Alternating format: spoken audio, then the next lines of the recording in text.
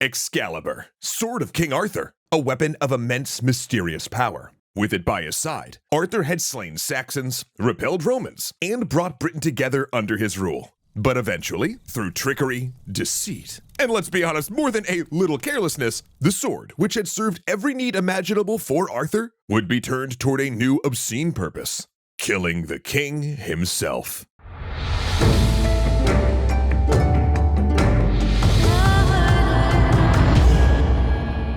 This campfire story is brought to you by Nebula, where you can watch this and all our other episodes without ads like this one for Nebula.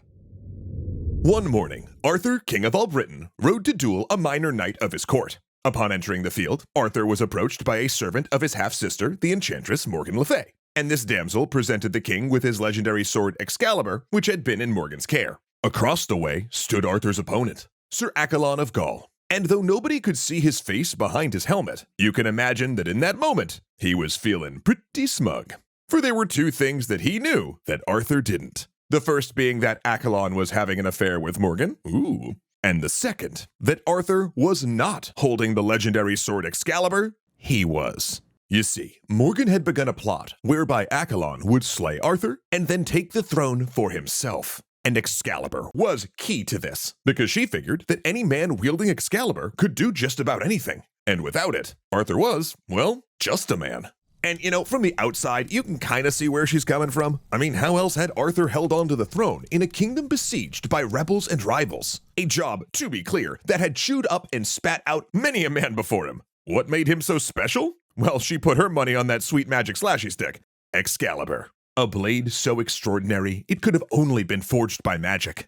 Back in the day, Arthur's mystical advisor Merlin had hooked him up with the sword's location. Turned out, in Arthur's lands, there was a broad lake, and inside it was a rock, and inside that was as glorious and magnificent a palace as has ever existed. And from that place came the sword Excalibur, carried to Arthur through the water by a damsel in white silk. She was the Lady of the Lake, and this was her sword, to be given to Arthur in exchange for a favor when she needed one. Now, why did Arthur deserve this gift? I mean, why not any of the previous kings of Britain, whom Merlin had also served, by the way? Well, perhaps, in their far-seeing mysticism, Merlin and the Lady of the Lake knew that if Excalibur were in Arthur's hand, that a certain future that they wished would come to pass. One where Arthur's kingdom would one day be united, where Napoleon would be defeated at Waterloo, where a family would eventually pick up Paddington Bear from the train station. Yeah, that was the timeline these otherworldly forces desired to make real. In Arthur's first war, against an alliance of rebel kings, his horse was slain from underneath him, and he himself was felled by another blow. But then, he whipped Excalibur from its scabbard, and the blade shone with the light of 30 torches. The unbreakable sword then cut a wide and blazing swath through the field that day. In another battle against the Saxons, Arthur, with bright Excalibur drawn, rushed headfirst into the throng, crying the name of God with each killing blow. 470 men he killed that day. And mind you, this was not the whole of Excalibur's power, for while Arthur carried the sword's scabbard, he was protected from all wounds. So yeah, Arthur was basically playing on God mode. The powerful sword was a symbol of his divine right and divine might. This king would break every rebellion, every army, and yoke all of the people of Britain to his throne. With Excalibur, Arthur was not just invincible, he was inevitable. But hold on, who's doing the real work here? The man or the sword? Well, Morgan Le Fay figured on the latter. So if she could take the sword from Arthur, the throne would definitely come with it.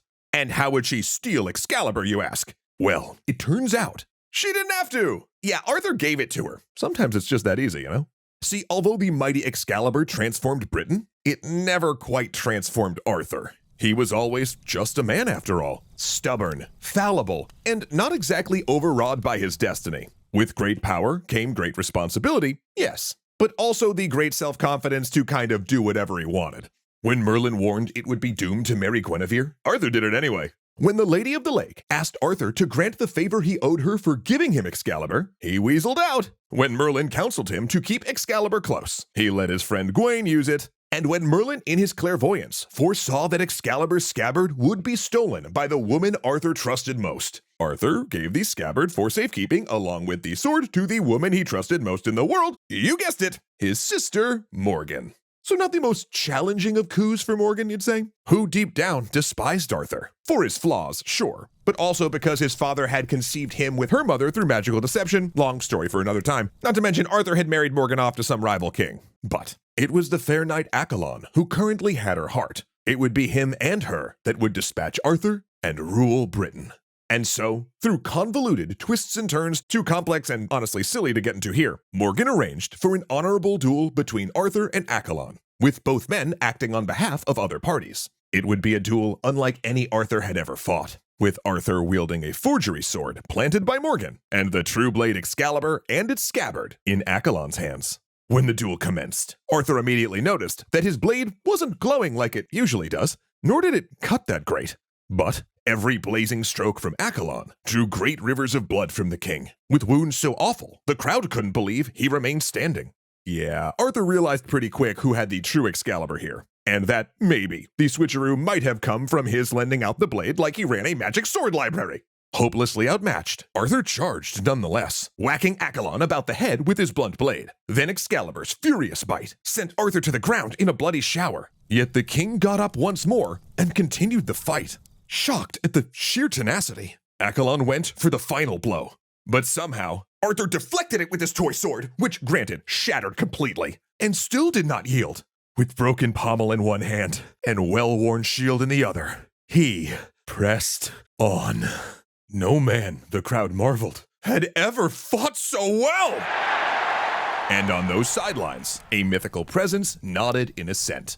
A powerful sorceress, Nimue, the one that Merlin was obsessed with, looked on and thought, the lady that clearly gave the sword to that guy for a reason. So, by enchantment, she whisked Excalibur back to the hand of Arthur, who with a swift slash ended the fight. From this brief, humbling lesson, Arthur learned not much, actually. Sure, he never gave Excalibur to his sister again, but he also didn't really take great care of it either. Heck, one night, as he slept, Morgan just snuck into his chambers and stole the scabbard, even though Merlin had warned him that exact thing would happen, and then she tossed it in a lake.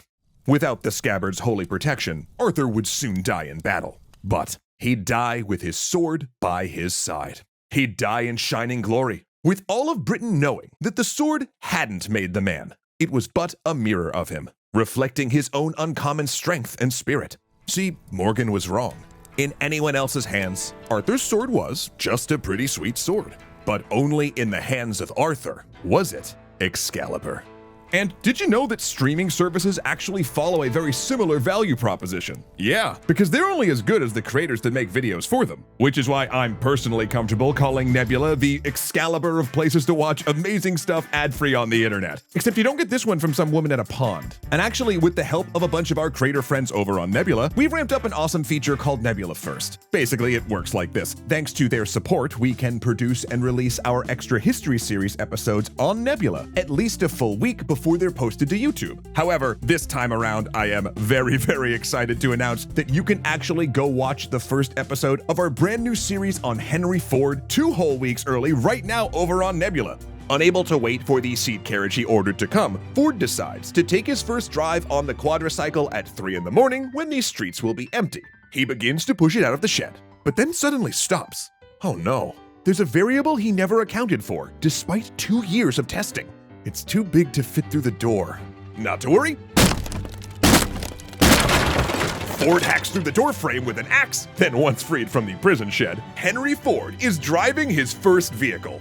And that is just the beginning, because you also get access to a ton of other great Nebula First content from creators like Tierzoo, Chubby Emu, Tail Foundry, and way more, all posting their videos earlier than you'd get to see them on YouTube. Not to mention the ever-growing library of Nebula originals that you can't see anywhere else. Case in point, I just can't get enough of Real Life Lore's Modern Conflict series, and I just finished the episode on the fall of ISIS, which is a topic I actually thought I knew a bunch about, but I learned that I had barely scratched the surface thanks to Joseph and his team. Man, what a wonderful series that is. Plus, that's on top of the exclusive shows we've done and the Nebula classes that both Jeff and I have made and are super proud of. I really do hope you check those out. Now, Nebula is normally priced at a pretty dang reasonable $50 a year, but if you sign up using our link below, we're gonna knock $20 right off that price because you are my favorite. Meaning you'll get Nebula for only $2.50 a month when you sign up for an annual plan.